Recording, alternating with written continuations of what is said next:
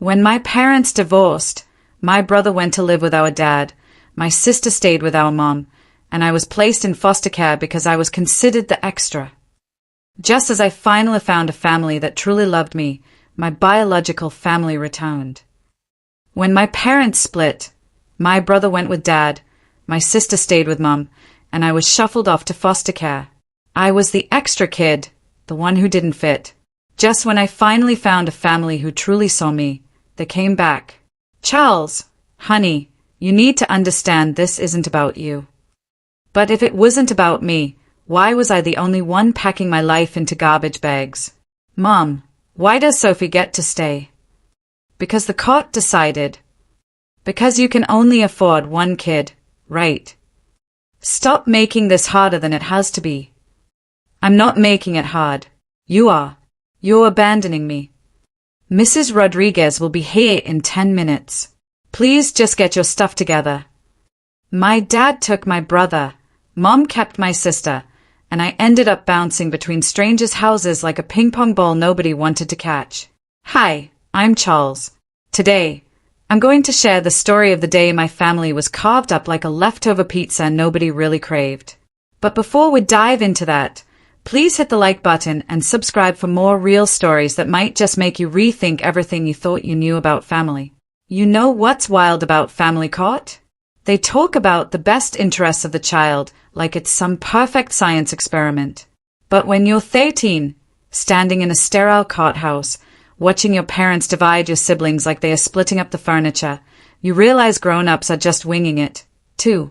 They are just better at wearing suits while they mess up your life. My parents' marriage had been on its last legs for years.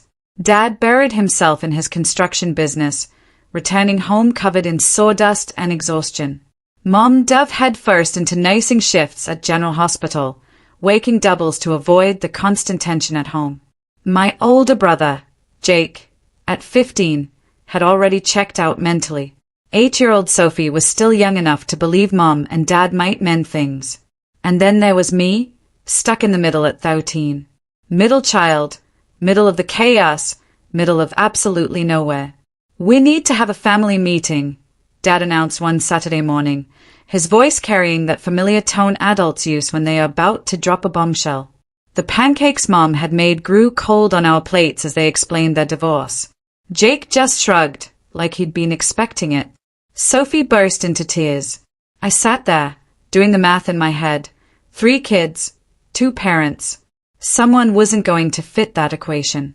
We'll figure out custody so everyone's taken care of, Mom promised, her voice wavering, trying to convince herself as much as us. 6 months later, I understood exactly what taken care of meant in grown-up language.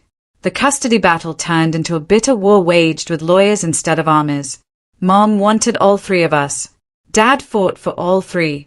But Judge Harrison, a stern woman with silver hair and zero patience, viewed our case like a complex math problem, not a decision about our futures.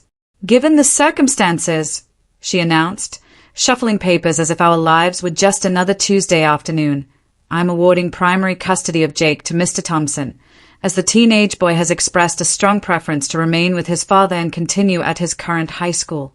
Sophie will remain with Mrs. Thompson, as younger children typically benefit from maternal stability. And Charles? Mom's lawyer asked. That pause felt eternal.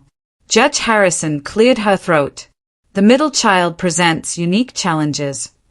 That's when my world imploded. Both parents have cited significant financial strain from the divorce proceedings, Judge Harrison continued, and my stomach dropped like a roller coaster. Neither household currently has adequate space or resources for 2 children, considering Mr. Thompson's demanding work schedule and Mrs. Thompson's rotating hospital shifts. The air in that courtroom grew thick.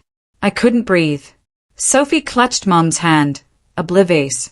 Jake stared at his sneakers, finding them endlessly fascinating. Therefore, I am recommending temporary foster placement for Charles until both parents can stabilize their living situations and demonstrate adequate resources for additional custody. Temporary. Like I was a library book they couldn't renew. That's insane. I shot up from my chair, and every adult in that room looked at me as if I'd sworn in church. I'm not some random kid you can just shuffle around. I'm their son. Charles, sit down. Dad hissed, his face red. No, this is completely nuts. Just because I'm in the middle doesn't mean you can pretend I don't exist. Judge Harrison's gavel slammed like a gunshot. Young man, I understand this is difficult, but outbursts won't change the court's decision. You don't understand anything. You're splitting us up like we're old furniture at a yard sale. That outburst definitely didn't help my case, but I was 13, watching my family torn apart by adults who'd never even met me before that day. 2 weeks later, Mrs. Rodriguez from Child Protective Services arrived at our apartment, clipboard in hand and a forced smile that didn't reach her eyes. I sat on my bed, staring at my clothes crammed into trash bags because we didn't have enough proper suitcases for 3 kids. Charles, honey, you need to understand this isn't about you, Mum said for the 100th time, her voice fragile as breaking glass. Then why am I the only one with bags packed? I shot back. Why does Sophie get to keep her room, her toys, her life, while I'm getting shipped off to strangers? The court decided you and Dad are too broke and too busy to handle 3 kids, so you picked your favorites, and I'm the leftover. Mom's face crumpled. That's not fair. Fair. I laughed, a bitter, harsh sound. What's fair about any of this? I looked at Jake, hoping my big brother would finally speak up for me. He just kept scrolling through his phone as if I were already gone. Sophie cried in the living room, probably not even understanding why her big brother was leaving. And my parents, they looked relieved. That's what truly broke me, the relief in their eyes, as if I were a massive problem they were finally solving. Mrs. Rodriguez cleared her throat. Charles, I know this is hard, but the Hendersons are a wonderful family. They've been fostering children for years, and I've had it, I muttered, shouldering my bag. Let's just get this over with. As we walked toward the door, I turned back one last time. My family, my former family, stood there watching me leave as if I were going to summer camp instead of being exiled from the only home I'd ever known. The Henderson family ran their house like a military boot camp. Chore charts covered the refrigerator. Meal times were precisely scheduled, and lights out was strictly enforced at 9 p.m. They had 2 biological kids and 4 foster children crammed into their suburban split level. You're lucky, said Tyler, another foster kid who'd been there for 8 months. Some places are way worse than this. Lucky? My parents lived 25 minutes away, but I might as well have been on Mars. At least your parents are still alive, Tyler shot back when I complained. Mine died in a car crash when I was 10. He had a point. Didn't make it hurt any less, though. I lasted 4 months with the Hendersons before everything went sideways. Their biological son, Brandon, thought it was hilarious to go through my stuff when I wasn't around. One day, I came home from school to find him showing his friends the only photo I had left of my whole family together, our last Christmas before everything fell apart. Look at foster boy's fake family, he laughed, waving the picture. Something snapped inside me. I tackled him right there in the hallway, and we both went down hard. His friends scattered like roaches when the lights come on. Brandon ended up with a black eye and a bloody nose. I ended up back in Mrs. Rodriguez's office. Charles, we can't have violence in placements, she said, her voice tired, not angry. The Hendersons are good people, but this isn't working out. Next stop was the Williams family. They were nice enough, but clearly in it for the monthly state check. 6 foster kids packed into 2 bedrooms like sardines. I shared a bunk bed with a kid named Antonio who had nightmares every single night, screaming in his sleep about things I didn't want to imagine. What's your story? I asked him one night after he'd woken up sweating and shaking. Dad's in prison for armed robbery. Mom overdosed last year. Foster care ever since. He looked at me in the dim light filtering through the curtains. What about you? Parents got divorced. Didn't want the hassle of dealing with 3 kids, so they kept the easy ones and dumped me. That's seriously messed up, man. It was. But in foster care, everyone's story is messed up. That's how we all ended up there. I tried calling home every week, but it was like trying to reach people who'd moved to another planet. Dad was always at a job site or too tired to talk. Mom was either at the hospital or dealing with Sophie's problems. Jake stopped taking my calls after the first month, and I could hear the relief in his voice when he said he was too busy with school stuff. Only Sophie would talk to me, and only when she could sneak Mom's phone. "When are you coming home, Charlie?" she'd whisper. "Soon, Bug, real soon." We both knew I was lying.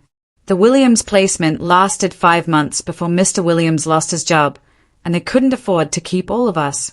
Back to the group home for 3 weeks, then bounced to another family. That's when I met the Garcias, and everything changed. The Garcia family was different from day one. Dr. Garcia worked as a pediatrician at Children's Hospital, and Mrs. Garcia taught 4th grade at Lincoln Elementary. They had one daughter, Isabella, who was away at State University studying to become a teacher like her mom. "We know this is incredibly difficult," Mrs. Garcia said on my first night, sitting on the edge of the bed in what she called my room, not the foster room or the spare room, but my room. "We're not trying to replace your family. We just want to give you a safe place while things get sorted out." "Things aren't getting sorted out," I told her bluntly. "My parents picked their favorites. I'm what's left over." "You're not leftovers," she said firmly, and something in her voice made me actually look at her face. "You're a whole person who deserves love and stability regardless of what anyone else has decided." I wanted to believe her, but when you've been passed around like an unwanted Christmas gift for over a year, you stop believing in fairy tales pretty quickly. But slowly, I started settling into the Garcia family rhythm. Dr. Garcia helped me with algebra homework at the kitchen table every night, patiently explaining equations until they actually made sense. Mrs. Garcia taught me how to make her famous enchiladas and listened when I talked about school drama or missing my siblings. When Isabella came home for Thanksgiving, she treated me like an annoying little brother instead of a charity case, which somehow felt amazing. It was the closest thing to normal I'd experienced since Judge Harrison shattered my life. Then Mom called with news that obliterated my fragile sense of security. "Charles, honey, I have wonderful news." Her voice was brighter than I'd heard it in years. "I'm getting remarried." I stared at the phone as if it had turned into a snake.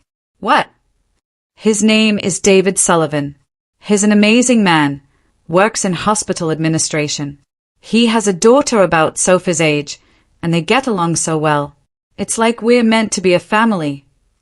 "That's great, Mom." The words felt like glass in my throat. "I know this has been really hard on you, sweetheart, but things are finally looking up. David has this beautiful house in the suburbs, much more stable than my old apartment, so I was thinking maybe." My heart actually stopped. "I can come home." Silence stretched between us like a bridge about to collapse. "Well, it's complicated, honey. David's not really comfortable with. I mean, we're still adjusting as a new family unit, and introducing a teenager into the mix might be." "You mean he doesn't want your foster kid's son messing up his perfect new family?" "Charles, that's not fair." I hung up. Mrs. Garcia found me crying in my room 20 minutes later, ugly, angry tears that I'd been holding back for months. "She's replacing me." I sobbed. "She's got her new perfect family, and I'm not in it." Mrs. Garcia sat on my bed and held me while I cried like I hadn't since this whole nightmare started. "You're not replaceable, Mojo Joe," she whispered. "Nobody could ever replace you." But actions spoke louder than words, and Mom's actions were screaming pretty loud. That phone call fundamentally changed something inside me. I decided to stop waiting for my biological family to remember I existed and start building something new. I threw myself into school like my life depended on it. I joined the cross-country team, started tutoring kids at the local community center, and volunteered at the animal shelter on weekends.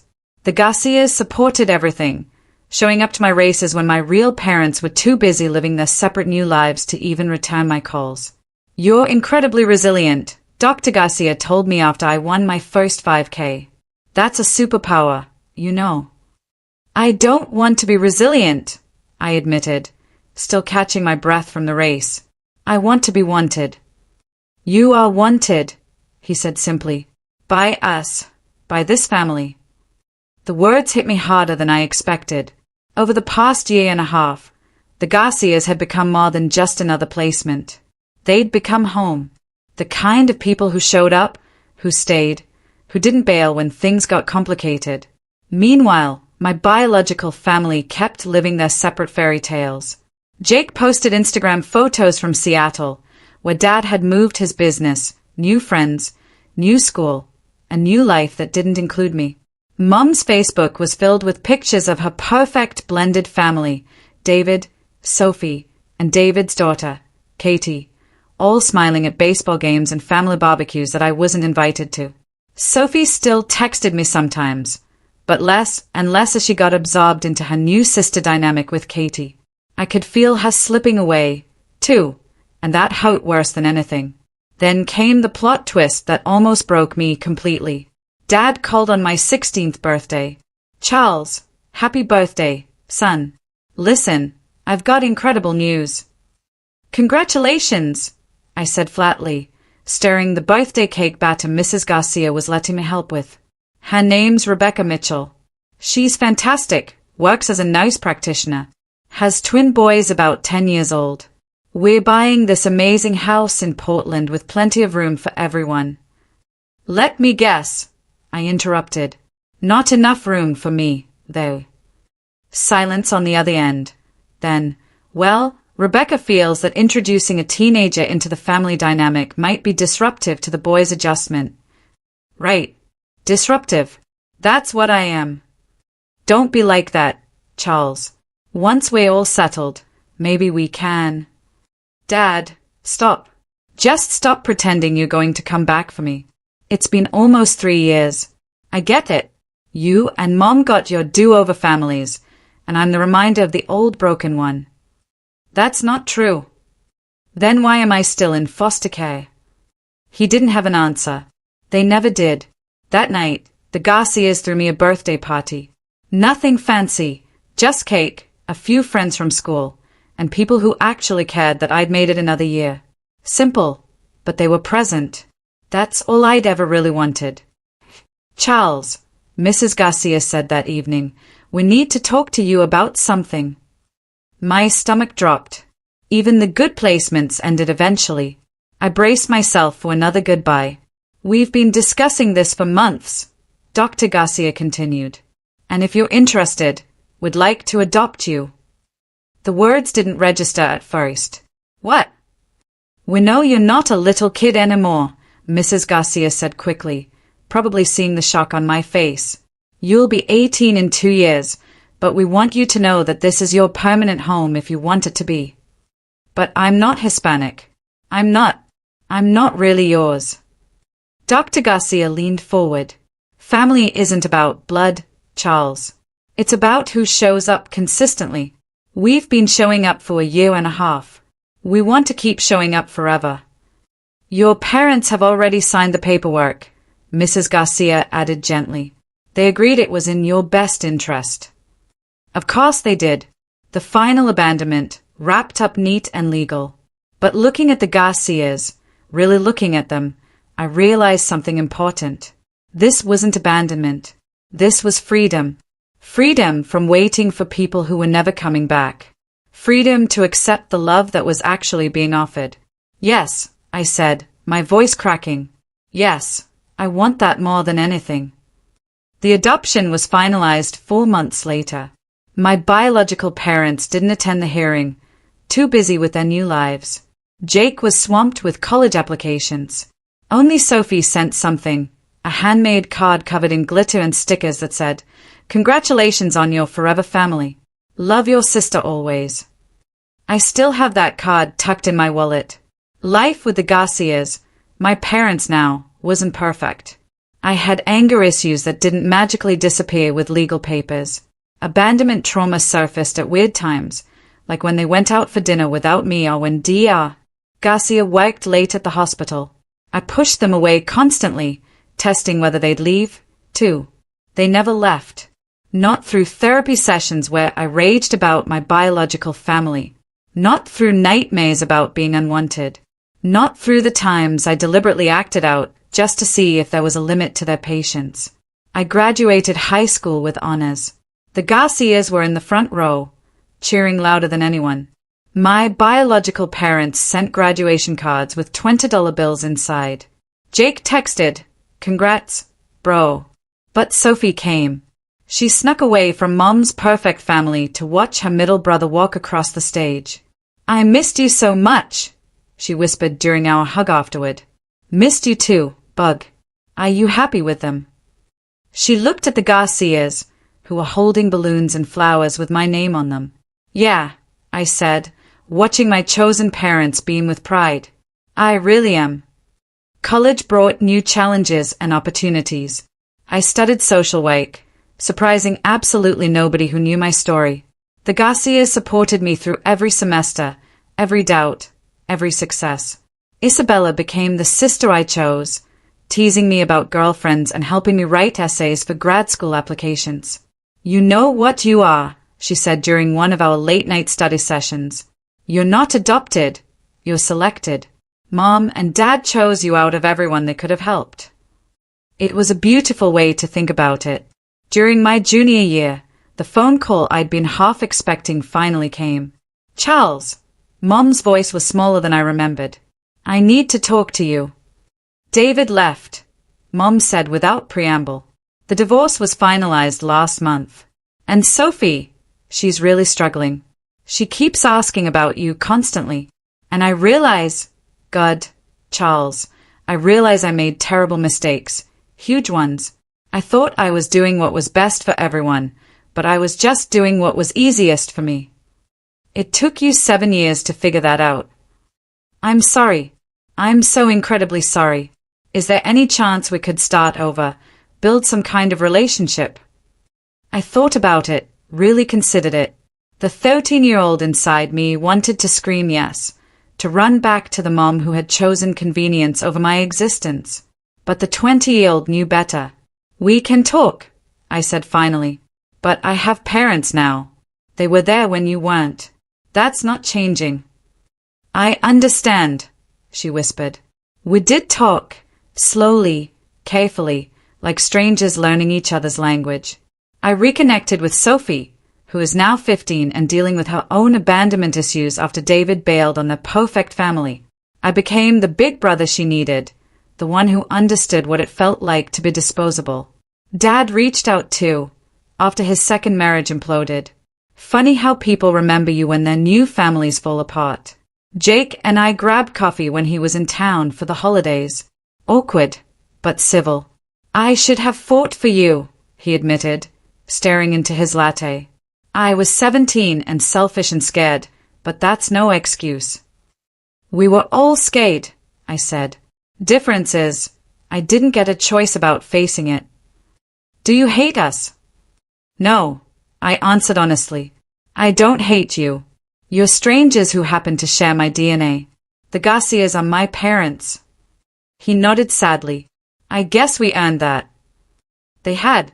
Now I work at a group home for teenagers in foster care. Kids like Antonio and Tyler, like I had been, lost, angry, convinced they were unwanted and unwantable. Nobody adopts teenagers.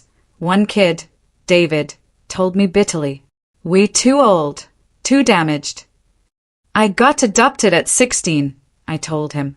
By parents who saw me, not my baggage. "Yeah, right.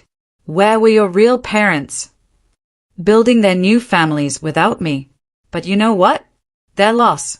I ended up with parents who chose me on purpose, not by biological accident. It wasn't the comfort he wanted, but it was the truth he needed. The Garcias come to my apartment every Sunday for dinner.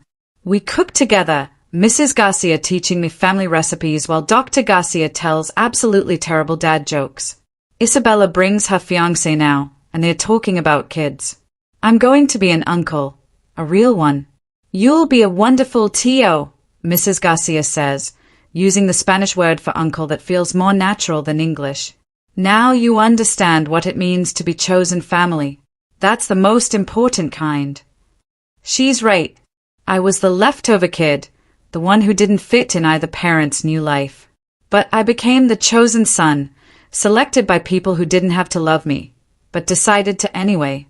My biological parents taught me that family can leave. The Garcias taught me that family can also arrive, unexpected, imperfect, and absolutely perfect for you.